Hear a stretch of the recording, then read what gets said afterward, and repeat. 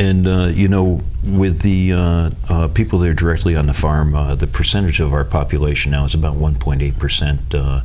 Between 1.5 and 1.8% of the population is active, actual farmers, and it's a small number of us, and we surely put out a bunch of product. And I think the level of farmers caring of making sure that they produce good and healthy food is really reflected at the farmers markets. Now, one thing you have chatted about before on the radio is that you have this idea of bringing fresh farm produce to the urban areas of New York State, and it's quite a concept. Would you talk about that a little bit? Yes, I've been working with my daughter, Sarah Gordon, and Sarah has started an online farmers market, first the Helderberg market here in Albany County, and then secondly the Farming Market.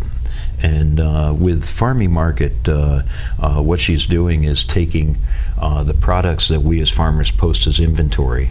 Consumers can go online, look at her website, add these products to their shopping cart, pay for them by credit card, and then Sarah composes their order and delivers it to their home.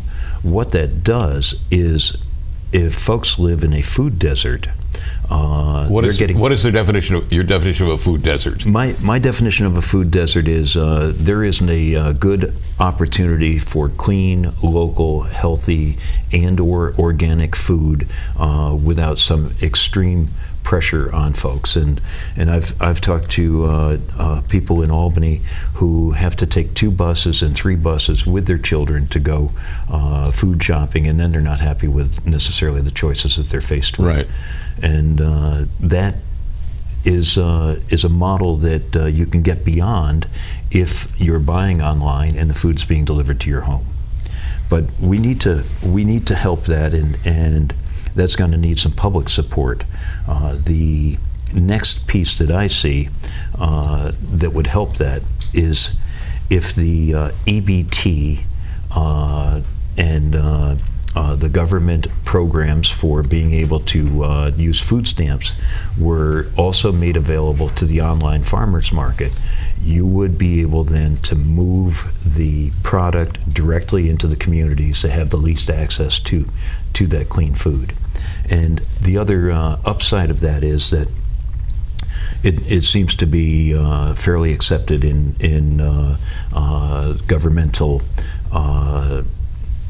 thought process that you need an opportunity to put more money in the farm economy. And this is how you put more money in the farm economy. The farmer can then directly be the recipient of going into a market that was absolutely underserved and probably predominantly poorly nourished, and upgrade both the quality of food and the availability of those folks to that food.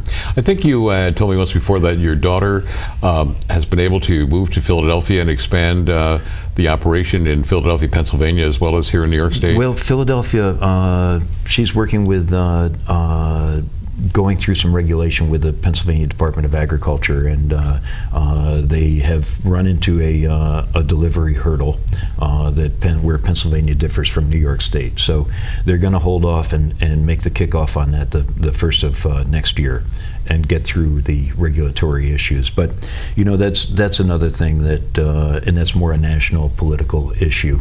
But I know that states have different regulations for how they handle food, how they transport food, and all of that. But it would be helpful to bring ag marketing into the next level of working with technology and online and the web, if there were some standards that were nationally available. And so that's something. And it's interesting, Senator Gillibrand's office has paid attention to this, and Congressman Tonko's office has paid attention to this. And I think that there are people at the national level that really see the merits of trying to make programs like this work, and the fact that it's highly replicable and could work in Philadelphia, or could work in Portland or Charleston or really anywhere.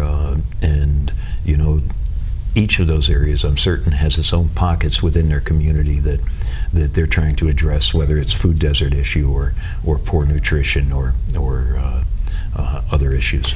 Now, you've had some ideas about the urban areas of the state where you could bring fresh produce into schools where their kitchens are closed in the summer, or when the kids are having lunch there, and also to senior citizen facilities and to food pantries. Want to talk about that a little bit?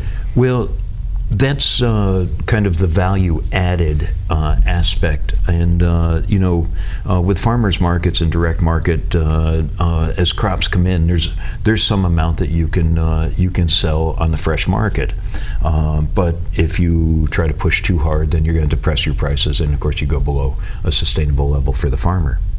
But what I see is that there are a number of publicly owned kitchens in the schools, in the firehouses.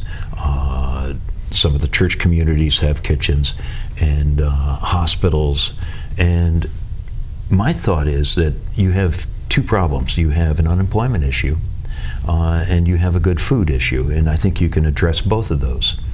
If you took a publicly owned kitchen, let's say it's a school that's in a tougher neighborhood, and you could use the equipment that is there. It's already there at a standard and regulated by New York State Ag and Markets and whoever else is regulating that.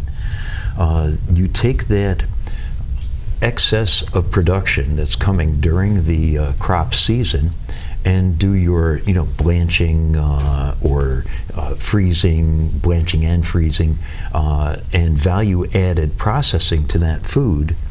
You could, in the scenario of a school kitchen, the workers who are the food service workers who have a 10-month schedule could come in and get some work during the summer season and do the value-added work. And if you were lucky enough, if we could dare to hope that you could be lucky enough, that that food could go right into the freezer, so that there was healthy food, local food, from very close to the community, that would be available for the school lunches in the during the school year.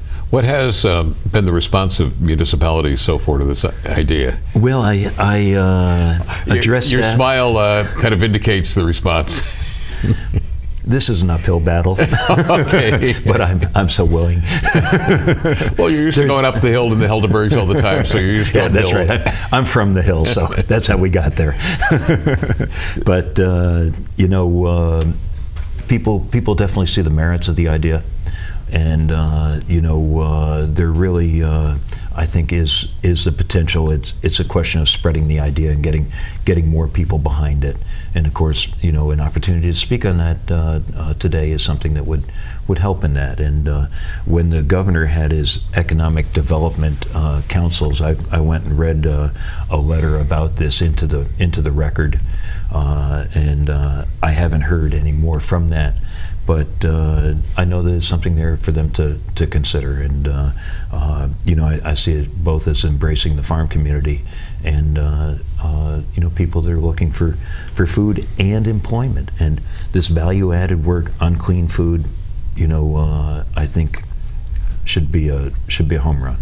What do you think is the biggest problem? We only have a few minutes left, facing the agriculture industry in the United States, and what would you recommend as a solution to that problem? Well, I think that there are a couple of issues going on. I'm very concerned about some of the chemical pieces that are introduced. I'm concerned right now. Sweet corn this year, some of it is using a Monsanto product that has something called Bt toxin. There has not been a public discussion of this. I'm not sure what the level of review is, but I know that from information I've been reading that this toxin is being transmitted into the human element and I'm concerned about that. And the toxin apparently is designed where pesticides that attack the corn, or pests that attack the corn, actually they have organ failure internally. And if that is not eroded, if that product has not been diluted through the process of the corn growing, then I'm certain it winds up in the consumers. And then that could possibly lead to human organ failure. That's what I think that's what a reasonable person would think.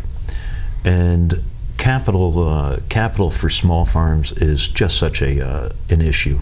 I've been working trying to buy a piece of land next door, and the owner and I have a meeting of the minds, and he goes through the trials of you make an application and you get shot down because banks really have very little understanding of agriculture, or very little willingness to deal with agriculture.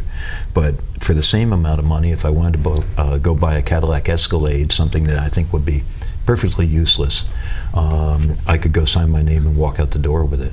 But I can't buy a 50-acre parcel of land for the same money. That's very fascinating. Are there banks around the nation that are in more rural areas, more understanding of agriculture, that would be more receptive to that? Yeah, and that's really where you have to look. But the big name banks really have little interest in, and of course we're small potatoes, but that's how they see it. Well, we're just about out of time. I want to thank you very much for joining us. And again, the one thing about your farm and a lot of farms in the nation now is that the product they are offering, whether they be meat or vegetables, a lot of folks now are chemical free. They're getting away from the hormones getting into our system. And I'm rooting for them, and I know they're rooting for us. And also the consumer is more oriented to that now as well, right? And that's really what's going to make the change, is the consumer coming forward and stating their preference, and I hope that embraces the small farm and really gives us an avenue to success. Well, Sandy, thank you so much for joining us. Our guest this week has been Sandy Gordon of Gordon Farms in the Bern-Knox area of New York State, up there in the Helderberg Mountains. I'm Joe Condon. Have yourself some healthy eating.